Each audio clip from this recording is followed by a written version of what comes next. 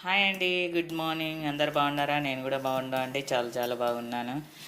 ఇది చూడండి, నేనైతే రాగి జావ చేసుకుంటున్నానండి. ఒక 3 గ్లాసుల నీళ్ళకు ఒక 3 స్పూన్ల రాగి పిండి కలుపుకొని నీళ్ళు వేసుకొని పాలు చక్కెర వేసుకొని అయితే బాగుంటుందండి. నేనైతే ఒక 3 గ్లాసుల నీళ్ళు తీసుకొని బాగా మరలిచ్చి చక్కెర వేసి, చక్కెర అన్న బెల్లం అన్న వేసుకోవచ్చు అండి. షుగర్ ఉన్న వాళ్ళు బెల్లం వేసుకోవచ్చు, ఉప్పు వేసుకోవచ్చు. మాకైతే చక్కెరనే బాగుంటుందండి, మేము పాలు వేసుకొని తాగుతాము. దీంట్లో పాలు వేసినాను.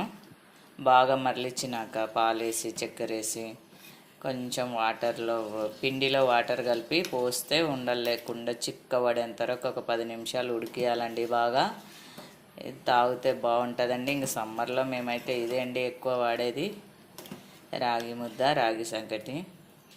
ప్లీజ్ అండి సబ్స్క్రైబ్ చేసుకోండి. చూస్తున్నారు, చేసుకుంటలేరు సబ్స్క్రైబ్. ప్లీజ్ అండి.